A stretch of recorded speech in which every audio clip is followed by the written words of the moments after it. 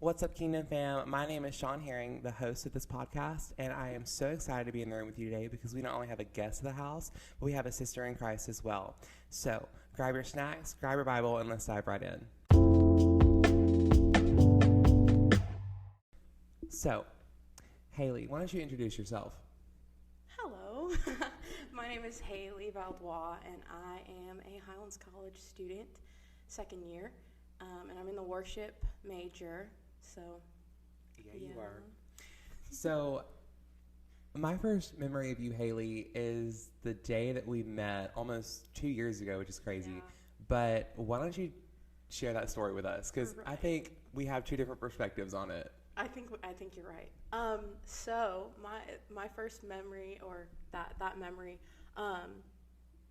I was just starting Highlands College, and I was I was just at a Sunday morning at the Fultondale campus of Church of the Highlands, and I saw you sitting by yourself on this little couch thing, and I was trying to meet people, and so I just walked up to you, and I was like, "Hey, how are you doing?" And you were like, "I'm good. How are you?" And we just started a conversation. I don't really even remember what we talked about, but I just sat down next to you, and it was the most awkward situation I've ever found myself in. And that's basically our friendship ever since then. Yeah, so if you know me and Hayley, that's kind of how we got started. But I have a little bit more to that story, which I think is hilarious. But if you watched the first episode of this podcast, you would know a little bit about my testimony. But I actually came to church by myself that morning, and I was waiting for my family to come. And so I had been to the two previous services and was kind of on my own. But I was waiting for my family, and so I was sitting there in the lobby waiting for them. And I literally you did not know this, but I was still needing my relationship with Jesus. But I was like, Father, I just wanted to meet somebody here. I just feel like I'm left alone in the crowd, blah, blah, blah, blah. And then I look up, and there's this lady sitting next to me, and I'm like, this girl is crazy. Who is she? And then, because I saw her walking by, and I was like, who is this woman? And so she sits down next to me, and she's like, hey, and I'm like, hi. And then we just sat there for 2 minutes of awkward silence, and then the rest is history. Right. Well, my first memory of you, though, I feel like this was before that, was when you came to Motion Night, and I talked to you. That could have been afterwards, though, but I was like, oh, maybe there's an in. I don't know. It was just really awkward. It was an awkward situation, but you know. Yeah, see, you had said that you had saw me before, but I'm going to be honest, I did not remember you at all. So that's when you were like, did I see you at Motion Night? I got so creeped out. I was like, do I need to run for my life? So the answer is yes. You did see me at Motion Night. Yeah, I honestly probably did see you at Motion Night. But, so, Hayley, that's the first night we met. Mm-hmm. How about, I'm trying to think. Our friendship has become literally brother and sister. Mm-hmm. So tell us a little bit more about yourself in the sense of months after that, where you've been in those months, or just growing up. Which one? Growing up or in the months? How about growing up, and then we go into the months? Okay. So when I was younger, I grew up in Colorado Springs, Colorado, which is crazy because I am here now in Birmingham, Alabama, long way from home. Two different places. Yeah, so two very different places. And my family, very good Christian family, mom and dad. My dad worked at the church for 25 years, and my mom worked there off and on as well. And then my mom homeschooled us in... Yeah, homeschool kids. Yes. And I have two younger brothers. One is 18 and one is 14. So, yeah, we just it was kind of just a normal growing up. And how I know about Church of the Highlands is because my mom and dad met at the youth group that Pastor Chris he led a youth group in Colorado Springs long time ago. and they met there. So, yeah, just kind of normal. See, you say normal, but I know there's more to the story, Hayley. What do you wanna know? So you grew up in homeschool. What was that like? Like, so were you homeschooled like the majority of your life?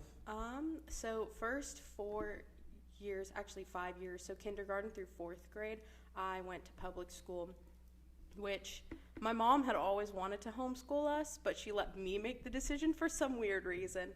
She came up to me, and this is how so my cousin, who lived like an hour away from us at the time, and also I didn't really like him, he was homeschooled. Right. So he was homeschooled, and then my best friend who lived next door went to the public school, and she was 2 years older than me. So how my mother phrased this question was, she was like, do you want to go to school with your friend, or do you want to go to school with your cousin? And I was like, of course I want to go to school with my friend. Like, that's not even a question. And so basically she just let me make that decision, which, like, I don't regret the fact that I was public schooled. I don't regret the friends that I made. But like, I know that there are a lot of ways that the enemy attacked me in that time that he might not have been able to if I had been homeschooled from the beginning. But there are a lot of things that I learned that I might not have learned had I been homeschooled the whole time. So, yeah. And then once I was in 5th grade, or I was going into 5th grade, my brother, he was just finishing up kindergarten, and his experience was awful, and it was just an awful experience. And so after that, my parents just decided that, okay, we're going to start homeschooling now. They had planned to homeschool me in middle school anyway, and so they just pulled me out a year early. But I'm very thankful that I was homeschooled and I didn't have to go through all of that craziness in high school and middle school. So, yeah. So you said that one thing that I really caught on when you said it, there was there was a couple things that the devil was attacking you, or one thing you wouldn't have learned. What was one of those, each of those things? So I guess to start with things that I learned in that time, I mean, I don't know, maybe it was years ago. So. Yeah, it was years ago. I'm trying to figure out, because I feel like there were bright spots, but I also feel like it's mostly dark. I think it's good, and I'm glad that I have the little bit of insight that I have into what it's like in a public school. And I also have ins because of my friends, the friends that I had back then. I know now that they're very far from the Lord, but I have an ability to pray for them that I wouldn't have had if I had never met them. Yeah, that's good. But, yeah, another thing that was really, one thing that was really not so great about the fact that I was public schooled was the friends that I had, and the way that they kind of dragged me down into doing things that I would not have otherwise done, and ways of thinking that were not healthy. They introduced me to things that might not have been the best. My friends in and of themselves were really great, and they weren't bad influences. It was just I got infiltrated by the world. And so it kind of corrupted my innocence in a way. I really love how you said that. I really hope you guys got that. Infiltrated by the world. That's a good phrase. Yeah. No, that's good. I grew up actually attending private schools my entire life, and I'm blessed and fortunate to do that. My last year I was homeschooled. So really coming to ministry school was kind of like, man, this is a real full circle. But having friends who are in public school, knowing what it's like, it's crazy. And really, honestly, private schools aren't really any better. But I knew God had his hand on you during that time. And just like you said, you wouldn't have learned what you learned if you didn't go. Yeah. And so transitioning out of that, why Highlands College? How Highlands College? Like, what got you here today? So that is a really fun story. So basically, all of my growing up, I was convinced that I was not going to move out of Colorado ever in my life. I was going to buy a house, I was going to get married, I was going to have kids, I was going to live in Colorado Springs my whole entire life. I never wanted to go back to school. Like, the idea of going back to school mostly just scared me. Like, I remember when I was in 5th grade or 6th grade, shortly after I had transitioned out of public school, I had like nightmares about if I ever had to go back to school, and how I felt like I would not know what to do. I wouldn't be able to like make good grades. I wouldn't be able to like readjust back into the school environment. So I just never wanted to go back to school. That was not my plan. I graduated high school in 2020, and so I was just like, well, I didn't want to go to college anyway, so everybody else around me who was graduating was like worried about whether they would be able to go to college, what college they would go to, whether they would have to go online. I was just like, whatever, I didn't want to go to college anyway, so it's fine. So then it was about a year and a half passed, and it was December of 2021, and I was having coffee with a family friend. We love coffee. I love it. I love coffee. Actually, it wasn't coffee, it was Panera. Same thing, basically. And so I was having lunch with her, and she was like, have you ever thought about going to ministry school? Have you ever thought about going to Bible school? I feel like that would be a really good next step for you. And I was like, yeah, that's really funny. I'll think about it, was what I said. But I was like, no. I was like, I'm never going back to school. But then in the months after that, it just kind of like kept, it stayed in my head, and I kept coming back to it. And I brought it up to my mom first, and I was like, so this is crazy. I know I've been out of school for 2 years now, but I'm thinking about this thing that she said, and maybe I should. And she was like, well, we can look into schools, and like schools around the area. There were a couple that were closer to Colorado, but I didn't like any of those options, and my parents like didn't really agree with the theology of a couple of them, and like it was just just not it. But then my mom was like, wait, what about Highlands College? And I was like, because she had been following for about 8 years Church of the Highlands, and like so, and she knew Pastor Chris, and Pastor Lane was her small group leader, and so it was just like, she was like, what about this? And I started looking it up, and I was like, that is a long way away.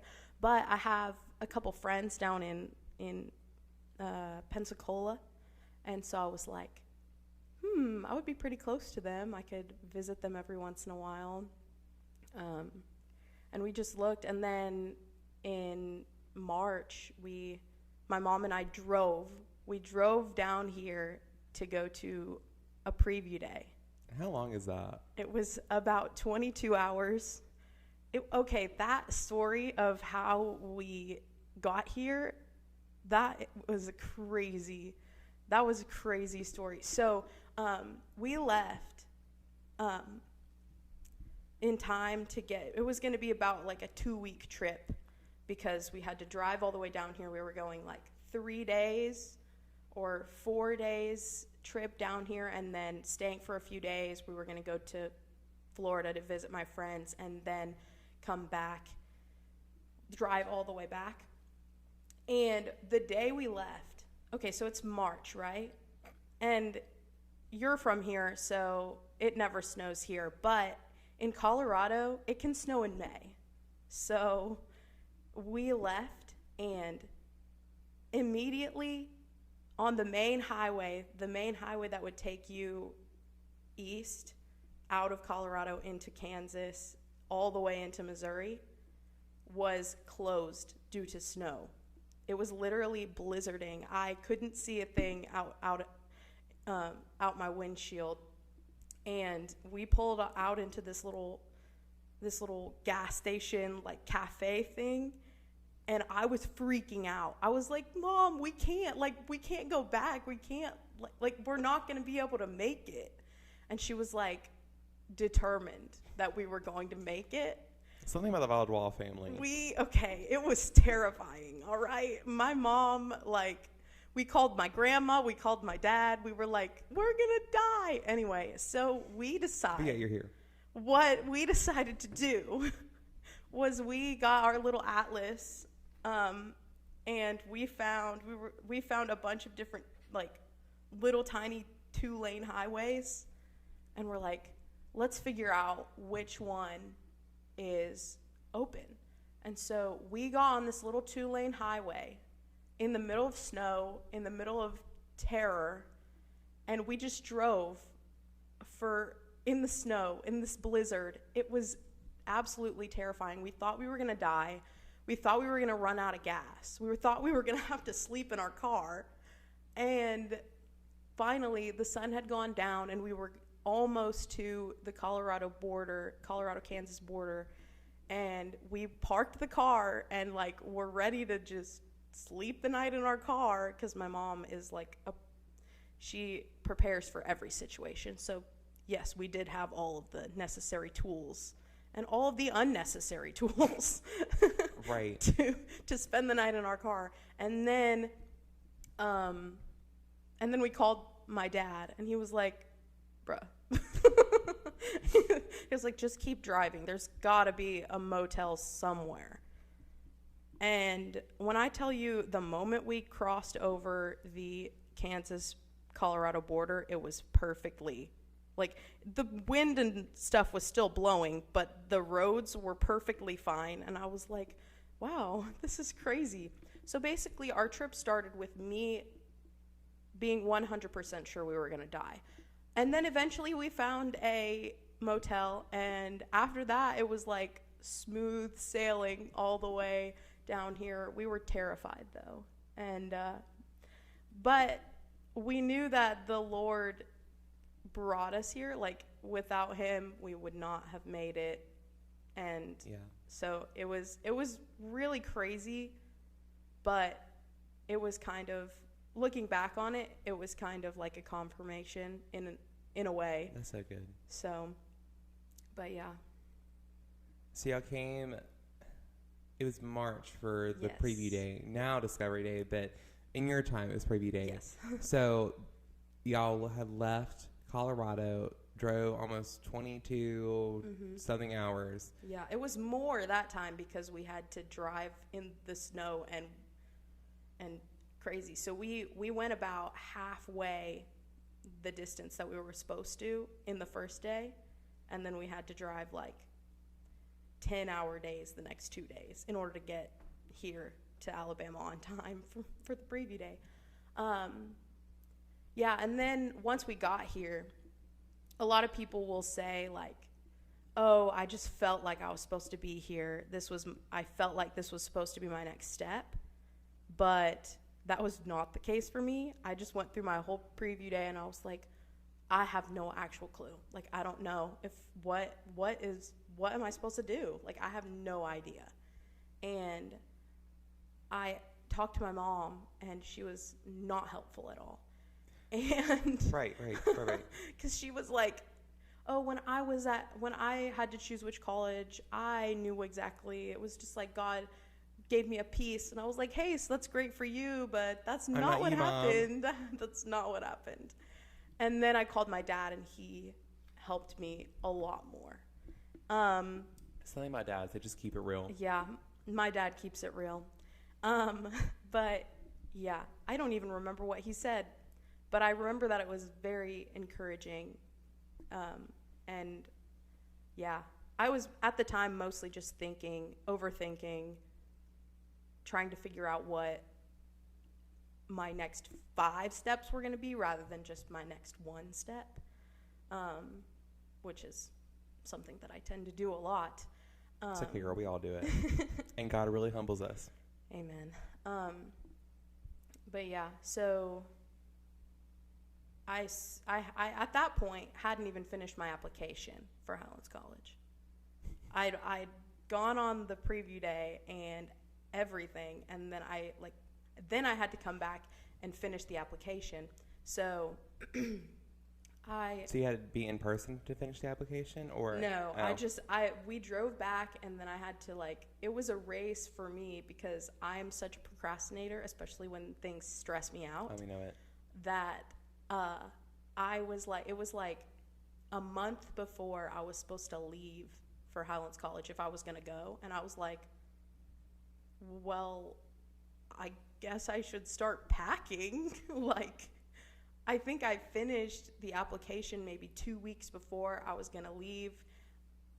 I hadn't gotten any, my roommate situation changed the day I was leaving for Alabama to drive with my family. So that was really stressful. Luckily, it all worked out. But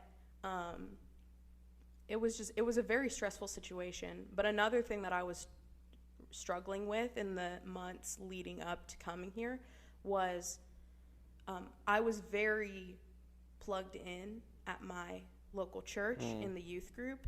I had a small group of girls that I was leading, and I was on the worship team. I was doing everything, and so I did not want to leave that. I didn't want to leave what I had there, and the youth team was going through a bunch of transitions. One of our lead members of the team had recently, he'd been let go, and so that was there was a lot of turmoil and sadness for the students there, and I just felt like I couldn't do that to them in that time. And a lot of the other people on the team, there were a bunch of us who were also a bunch of them who were also leaving for college and whatnot. But what really made me make the choice to leave was just because I was thinking, well, maybe I could come in the spring and do the spring semester instead of starting right now, so then I would have more time, and then there would be more time for transition. But it was at the last get together with the student worship team that one of the other people who was leaving, she told about her experience, and she was like, I was wondering if I should go and follow what the Lord told me to do. I was wondering if I should maybe delay when I was going to go, which was exactly what I was going through. And then she was like, but the Lord told me that delayed obedience is still disobedience. That's so good. And so I was like, well, I guess that just solidifies the fact that I need to go. I need to go now. And I'm so glad that I went when I did, because the people that I've met, the friends that I have, it would have been so different had I not come when I had, and had I waited until the next semester. So, yeah. It's crazy. So that's how you got to Highlands College, but back it up a second. Why ministry in general? And you may have covered it, but I just want to like hit it on the nail. Like, was there a moment? Because I know in my life when God called me into ministry, I was 13, and I was at the summer camp, and it was just a crazy story. Then he was like, "You're gonna use your voice for ministry," and I was like, "Great, on fire." The next 8 years, I was bullied for not 8 years because I'm only 19.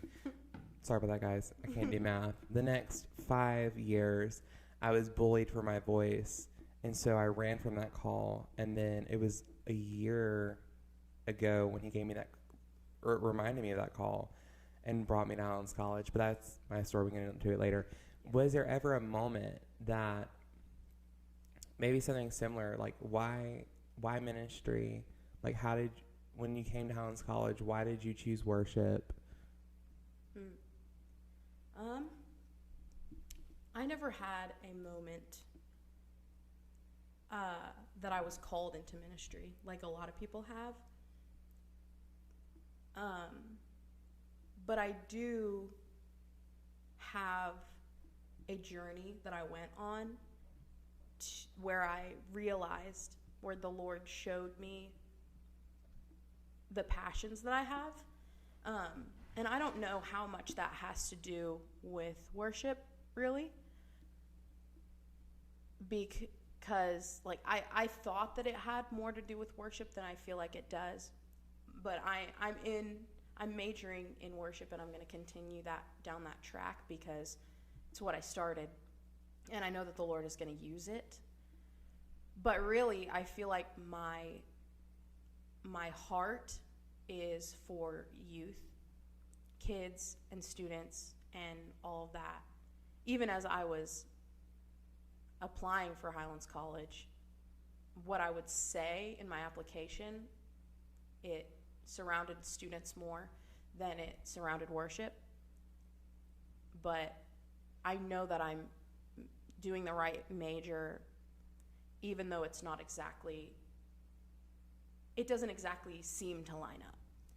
But I know that I'm called into ministry for students, even though I have not been expressly called into ministry, just because of the journey that God took me on leading up to coming to Highlands College. Being a small group leader for middle school girls at my old church, like, I grew so much in that time, and my leadership journey was jump started in that. And so like every single step. Do you want me to like go into that, or? Girl, go ahead. Okay. So read along for the ride. Okay, sounds good. So buckle in your seatbelts, y'all. Oh. Yep. So it might get icy. Yeah. So it started when I feel like the Lord never called me, possibly because I didn't need the call. Like, I didn't need to know what I was going to do. Let me just start over, because it's like I always want to know what's a million steps ahead. Yeah. But I think that the Lord, rather than saying you're going to be in ministry, you're going to do X, Y, Z, he instead was like, do this right now. Not giving me an explanation, not giving me what it might lead to, but just so that I would trust him and follow him and grow as I was going. That's so good. So the first step was when my youth pastor, I was already on the worship team.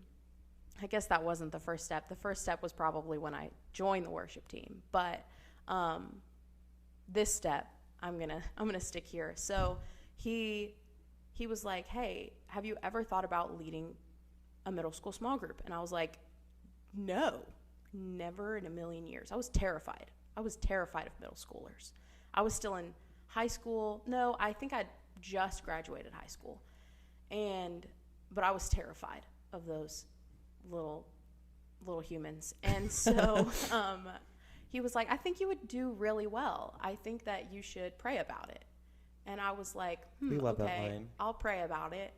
And I did. And on the way home from where I was when he told me that, I was like, Lord, tell me, what should I do? And there were 2 songs on the radio that played back to back. And I don't remember what they were. I don't even remember what line it was. But they were like, if you, like, do it. If God is calling you to something, you got to do it. And I was like, oh, my gosh. Like, the first song, it hit, and I was like, oh, no, that's, like, wrong. Okay, I can't, no. And then the second time, when it was another song, and it was like, do it if God's calling, I was like, okay, fine.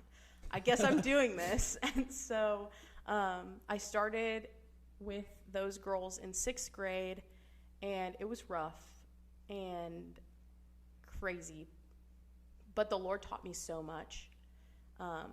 And then fast forward to when we were leading our first middle school retreat after COVID. And so I was leading a group, and at that point, me and my co-leader for our small group girls were having like some issues with leadership, and she felt like I was taking over because technically she was quote unquote the head leader and I was not. And so she felt like I was taking over. She felt like I was trying to undermine her.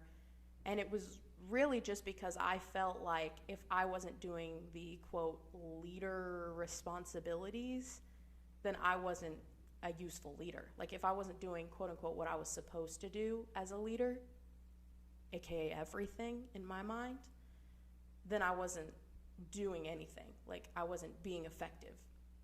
And so we talked about it.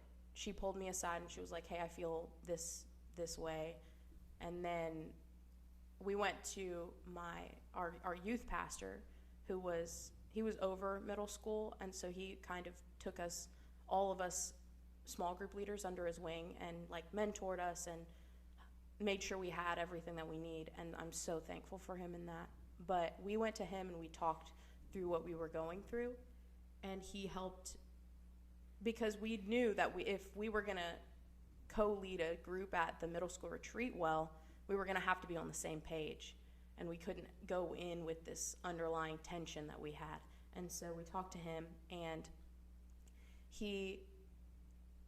what we ended up figuring out is that she had strengths in the areas that I was trying to force. Like I was trying to do what she was good at, and she was trying to do what I was good at, because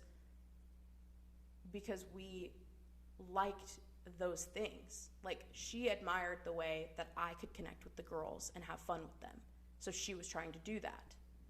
And I liked the way that she would organize the group and make sure everybody stayed on task, so I was trying to do that. So like we were trying to, rather than embracing each other's strengths, we were trying to be each other. And so once I realized that was like my first experience with the fact that being a leader is not about doing quote unquote leader things, because who's to say what leader things even are? And but it's more about seeing strengths in the people that I'm leading and calling them out and giving them the opportunities to use those strengths. That is so good.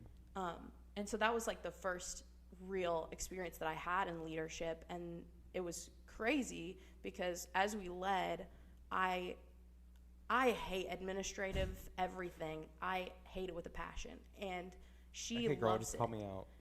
But no, I'm not calling you out. I'm just like, she loves it. And so I was like, hey, you take that. I'll do all this relational stuff. I'll make sure everybody's okay. I'll make sure everybody's got water. I'll make sure, I thrive in the relational aspects of everything, and I'm not administrative. Like, I can do it, but I hate my life while I'm doing it.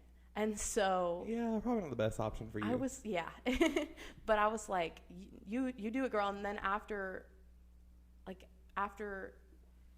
all of that was said and done, we had like a little debrief, and I was like, how do you feel about the leadership that you were able to do? And she was like, well, I feel like I kind of overstepped. Like, I was doing some of the things that like maybe you were supposed to do. And I was like, hey, so no, I am so glad that you were there to do that. And like, did you have a good time? Did you like what you were doing? And she was like, yeah, I loved it. Every single second, I loved it. And I was like, yeah, that's what's important. It's not about it's not the head leader, quote unquote, who has to do all of the big things. It's the head leader that makes sure that everybody is doing what they are good at. And so that was really great. And then after that, we had our high school retreat. And so most of the leaders at the middle school retreat were high schoolers. So this was like a crazy thing for me, because now I was leading the people that I had previously been leading with. And what I was always I was very insecure as a young person. I was extremely insecure.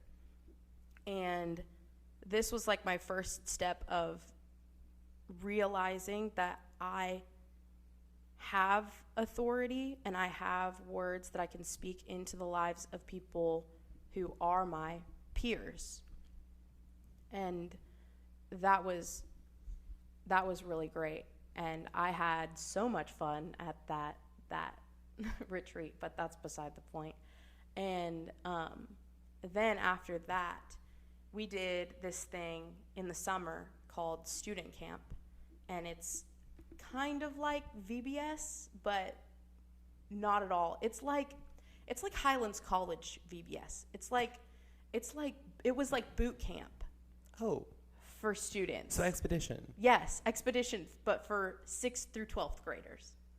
That would have been funny. It was amazing. So basically it was 4 days, and what we had them do was they would come every single morning, do this horrible workout, and learn about Jesus.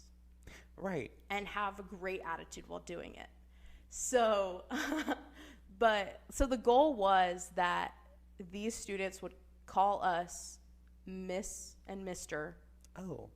Even the ones who were our peers. So they would be respectful to us, because like in Colorado the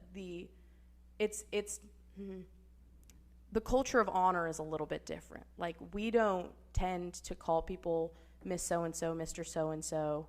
We just usually call them by their first names. And so we were it was like a culture of honor, and if they did not call us by the right name, they would have to get down and do push-ups. And right. Then that would not go great in Alabama. It was crazy. So, but it gave these students an opportunity to grow. It was like character formation. It was building their character so that they would.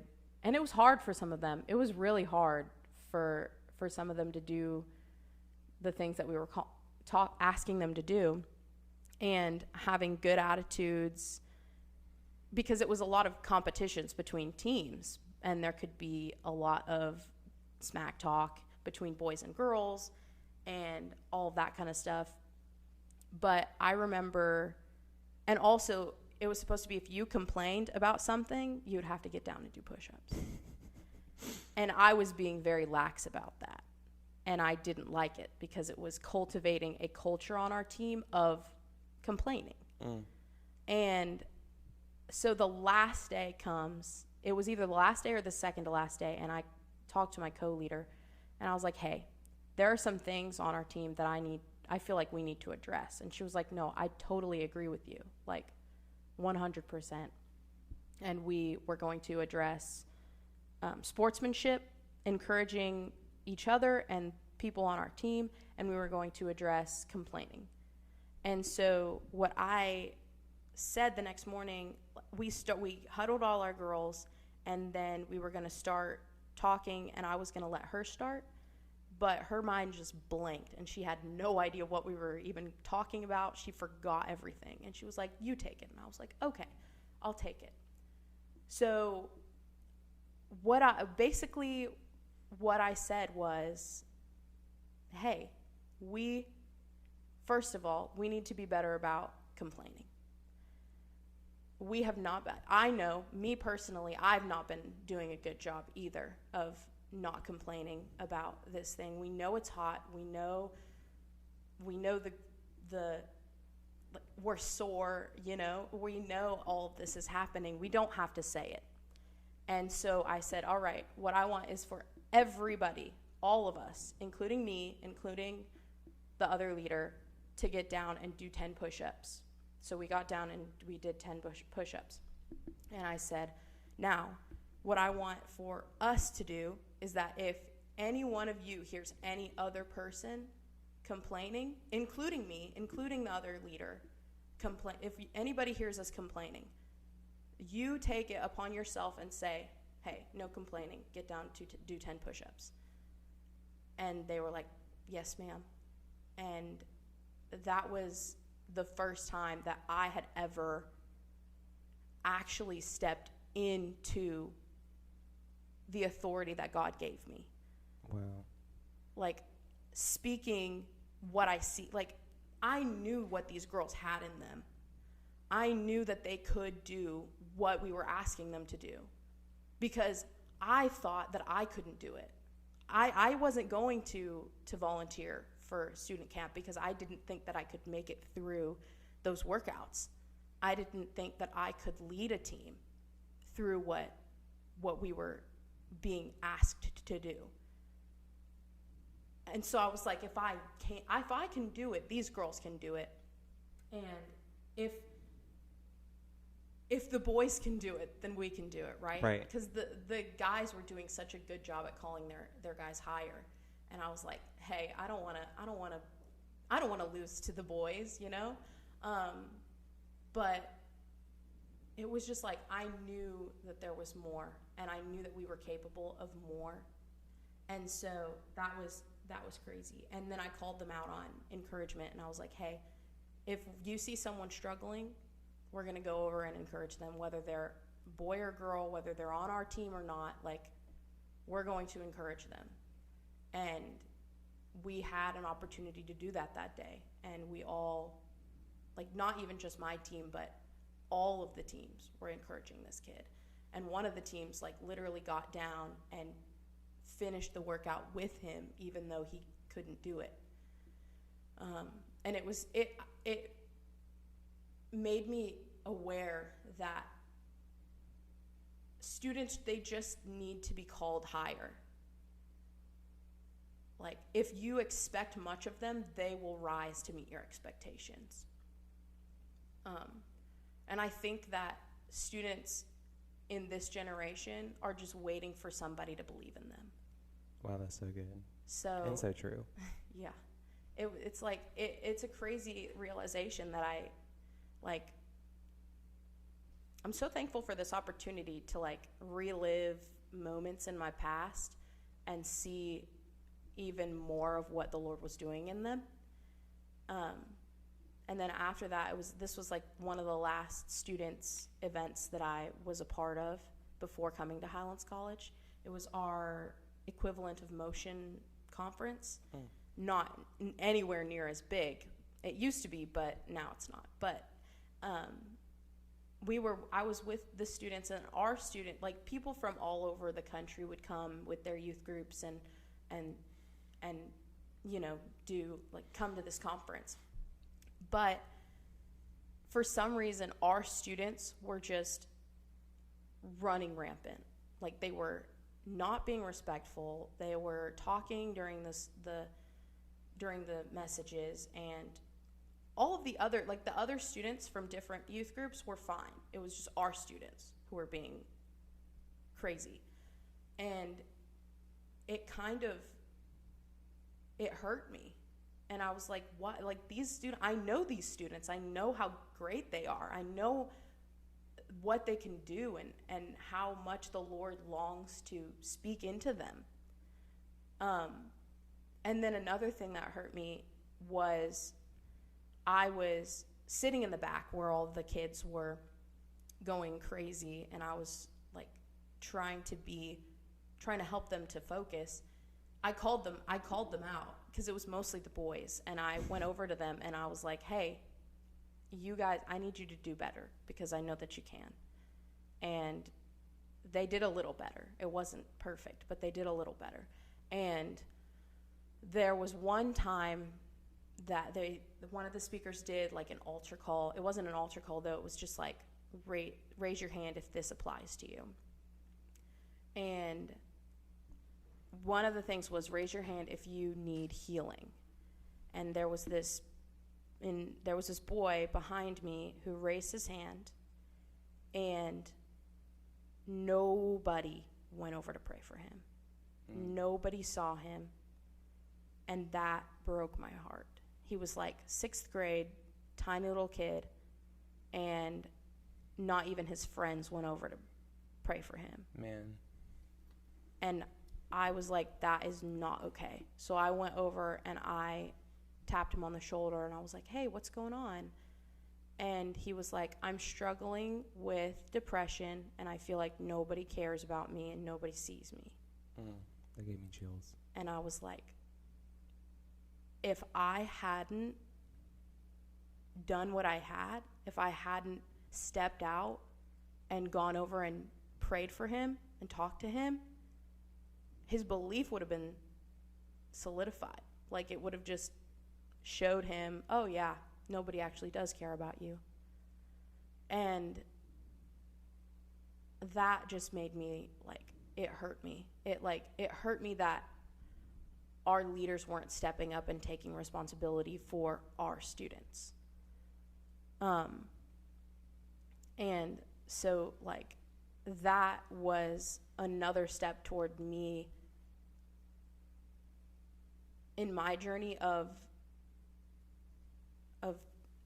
having a heart for students and wanting to reach them and wanting to be there for them, because I just saw how much they needed it. And I think they just need people to believe in them. Like I said earlier,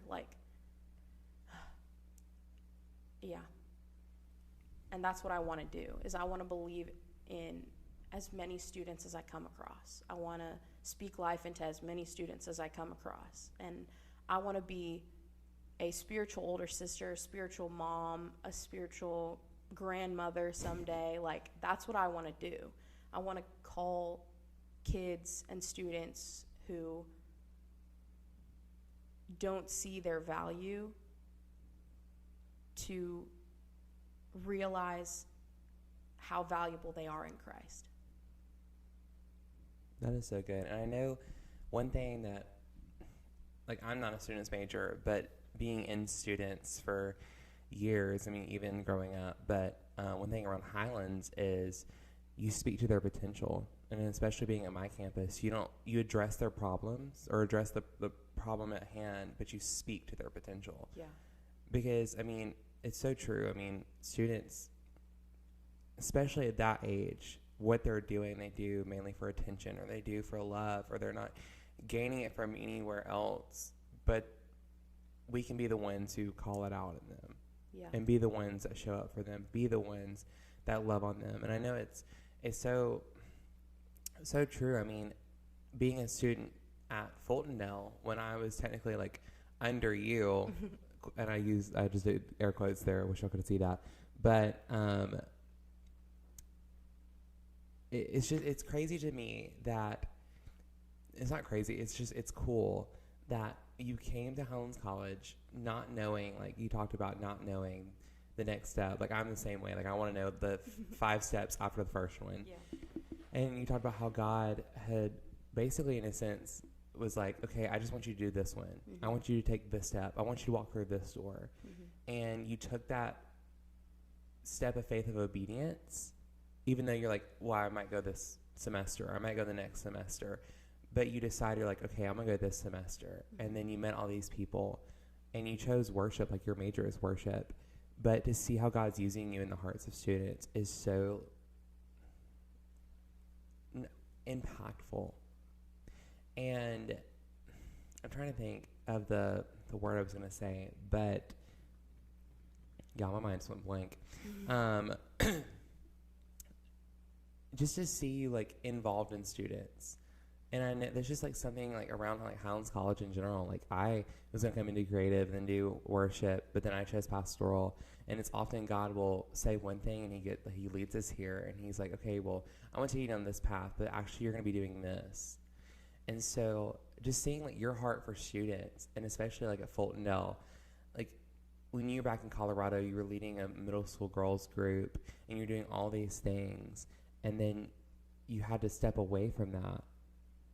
But now on the other side, you're doing so much at Fultondale in the same area. Mm-hmm. So tell us a little about that. Okay, so the transition into Highlands College was so hard. It was probably the hardest thing that I had gone. It was definitely the hardest thing that I had gone to up until that point. When I left my students, I saw so much potential in them, and like I loved them so much, and I had just really started to have a really strong relationship with them, and it was so hard for me to leave them. And when I came here, I was convinced that I would never love any students as much as I had those students, and no other students would ever love Jesus the same as the students back in Colorado. Like, I was convinced. And it took me stepping out and becoming a part of the students' stuff at the Fultondale campus for me to actually see how wrong that was. And I was able to learn so much from the way that Josh leads at Fultondale. Love Josh. He's great. And like realize how much we can step up. And if God calls me back to Colorado after my time here at Highlands, I will go, and I hope that I can make it even a remnant of the intentionality that we have here. But yeah, so starting I was not, when I started coming to Highlands College, I was 100% sure I could never fit in here, and I would never be at home. One day during chapel, the Lord spoke to me, and he said, I am your home. That's so good. And that was the thing that I held on to the most, and that's the thing that carried me through my first semester, honestly. And it's the thing that I have to keep coming back to whenever I make new decisions. Where am I going to go after this? What am I going to do? Am I going to, what? I have to remember that Jesus is my home. As long as I have him, I'm at home anywhere. And so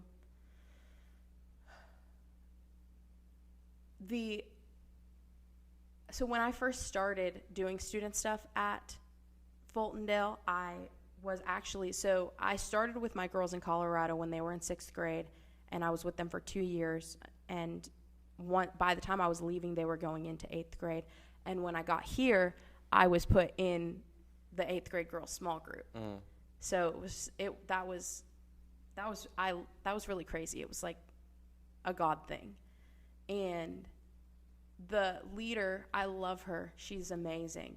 But she kind of like she had been in that group for years while she was at college, and so she knew those girls. She took responsibility for them.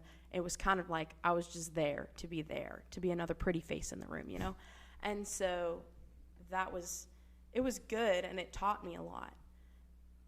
But then when she left after graduating, so I was here for a year, and she was leaving to move to North Carolina. And it took me a whole semester to actually realize I've got to take responsibility for these girls. Like, if they don't have anybody reaching out to them if I don't reach out to them. And so that really helped me it like forced me to step into another new level of leadership. Like, Lord, what do you want me to do? How do you want to use me? How do you want me to be there for these girls? And I have fallen in love with them in a completely new and different way since doing that than ever.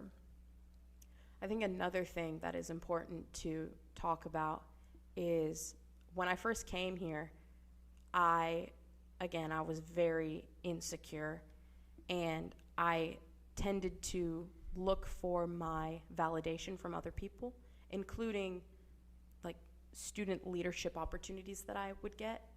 And so if I wasn't the one talking to the students, if I wasn't the one speaking life into their situations, if I wasn't the one who knew what was going on, I felt like, am I really leading? Am I really being the student leader that I'm supposed to be? And it was like, that was a journey that the Lord had to take me on. And it really only came to full 180, 360, whichever one. It only really 290. came. Yeah, whatever. We're spinning either way. But it really only came to fruition this past January, with 21 days of prayer at Church of the Highlands and fasting. This was the first time I really actually fasted, and I went all in, and there were 5 things that I was believing the Lord for. And one of those things was to fully find my identity in Christ and my confidence in who He said I was. And I gotta say, he really did that. Like, He really did that. There are so many things, so many opportunities that I've stepped into that I would not have done before. Like, December me would not have done. And so, one of the things, I started leading a prayer small group for Fultondale students. And I had this vision. There's backstory to this vision. And so basically, I've always felt from the time I was in high school, whenever my youth pastor, who has had more impact on me than he will ever know, he would always, every time he would give a message, because he was our middle school youth pastor, and sometimes he would be able to speak to the high schoolers. So whenever he would give a message, he would speak on the lost and missions and all of that. And he would always say there are 2 types of people, those who go and those who send.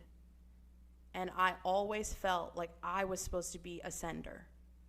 Like, I was supposed to fund missions. I was supposed to raise up missionaries. Like, I was supposed to be that person. Not necessarily that I would go into the missions field, but that I would prepare other people to be in the missions field. And so this was kind of thrown on me, this opportunity, when I was talking to some students at Fultondale about their high schools and how dark of places that they are, and how difficult it is to be a Christian at a public school, and how they just need prayer for their schools. And I was like, this is what I want to do. I want to empower these students to be the missionaries at their schools, because that's God did not put them there to just make it through. Like, they're not at their schools to survive. They're at their schools to make a difference. And if they will, that's so true.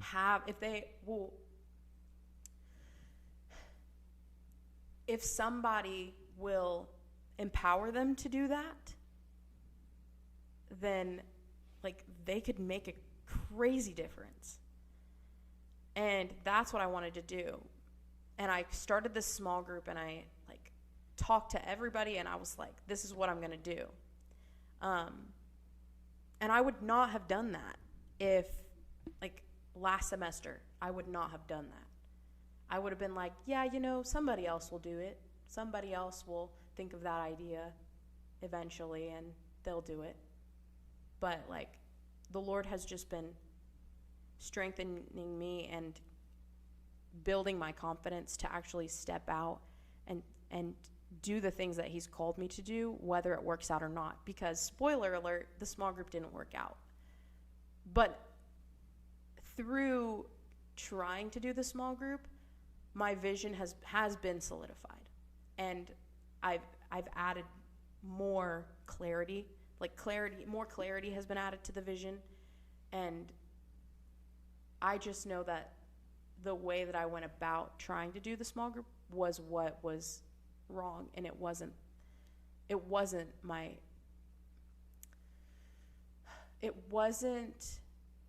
me. It was just that I went about it in the wrong way, and I didn't know what I was trying to do. And so I've stopped the small group, but the vision is still alive, and I'm going to still keep pushing towards the vision. Like, I'm still going to be speaking into the lives of these students and challenging them to be the light and asking them questions about what it's like, but I'm just not going to do it in the same way that I thought I was going to do it.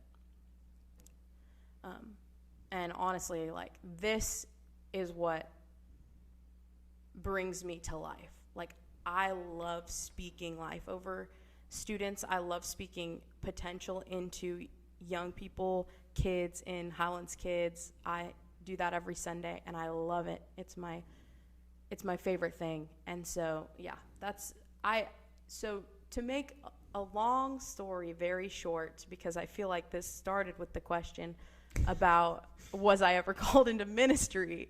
I may not have been called into ministry specifically, but I know that this is my ministry calling.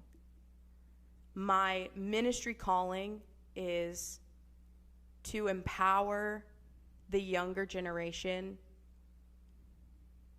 to make a difference. Wow. Yeah, and I love how you wrap that back into that one little sentence. Because if you think about it, two things. One, when you say yes to Jesus, you're in full-time ministry. Mm-hmm. Now, there are people who are called to full-time vocational ministry, speaking from stage, but also there's people who say yes to Jesus and then they're laborers, like farmers or the baristas or their Walmart grocery store employees, Publix cashiers. But on the second side of that, empowering generations is so impactful, but it makes me go back to the Great Commission, where it talks about go and make disciples of all nations, all tribes, all tongues, baptizing them in the name of the Father, the Son, and the Holy Spirit. And so we all have one harvest field, but the way we reap that harvest is different. And I love how God is using you and your story. And just two things, like as you were speaking, is intentionality and you take initiative. And so and often, like, even thinking about certain situations where, you started a small group or just different times and seasons in your life, you thought of it one way, but God was like, okay, just take the step of obedience and trust me. Yeah. Because in those situations, he was growing your faith. And if you didn't, like, it goes back to this. If you did not come to Highlands College that first time you felt called to go to Highlands College, it's like none of this, like, we wouldn't know, but more than likely none of this would have happened. Wow. And so it just goes back to, like, our yes or our no impacts a generation. And another thing is, one spark can start a forest fire. But the forest fire doesn't start unless the spark is lit. Yeah.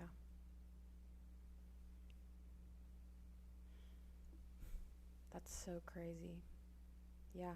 Even going back to, if I had delayed a semester, like, I may not have met you. No, I wouldn't have. I wouldn't have been put at Fultondale, because the way that they split the campuses, I would have been at Grants Mill or Greystone. Like, wow, that's crazy. The Lord really knows, doesn't he? Yeah, he does. And that's what I love about God, is even when we are faithless, or we have doubts, or we have questions, that he's faithful, and that he loves to answer every single one of those questions. And he's there every single step of the way. And it takes me back to, like, Esther 14, for such a time as this, that he ordains our steps, and he has a plan for each and every one of us. So, wow, it's been a long conversation, Hayley. And y'all, like, I just hope y'all have gotten a glimpse of mine and Hayley's friendship, really brother and sisterhood, because if you knew us, you would know that, like, people think we're siblings at this point. But, man, we're going to have you on another episode, because y'all, like, you're 20, 21. Yes. And how wise she is at this age, how God is using her, and her story is just so inspiring and impactful. We're going to have you on another episode. I hope you just know that. So be prepared. But do you want to close us out in prayer? Yes, I would love to. All right. Heavenly Father, thank you so much for this opportunity that we've had to just talk and relive the past. And I thank you for how faithful that you have been in my life. And I just pray for whoever is listening to this right now, that you would speak your faithfulness over them, and that they would be able to see just how faithful you have been, and that how faithful you are going to be. And even if they don't see what steps that, how the steps that you're having them take are going to make an impact, how anything is ever going to happen, anything is ever going to change, I pray that you would just use my story to encourage somebody else. Use my story to encourage the one person who's sitting by themselves and doesn't know how they're ever going to live out their calling. But I thank you so much for this beautiful opportunity, and I pray that you would just continue to use it. In Jesus' name, amen. Amen. Thanks for tuning in to another episode. If you want more, tune in next time for another Kingdom Narrative.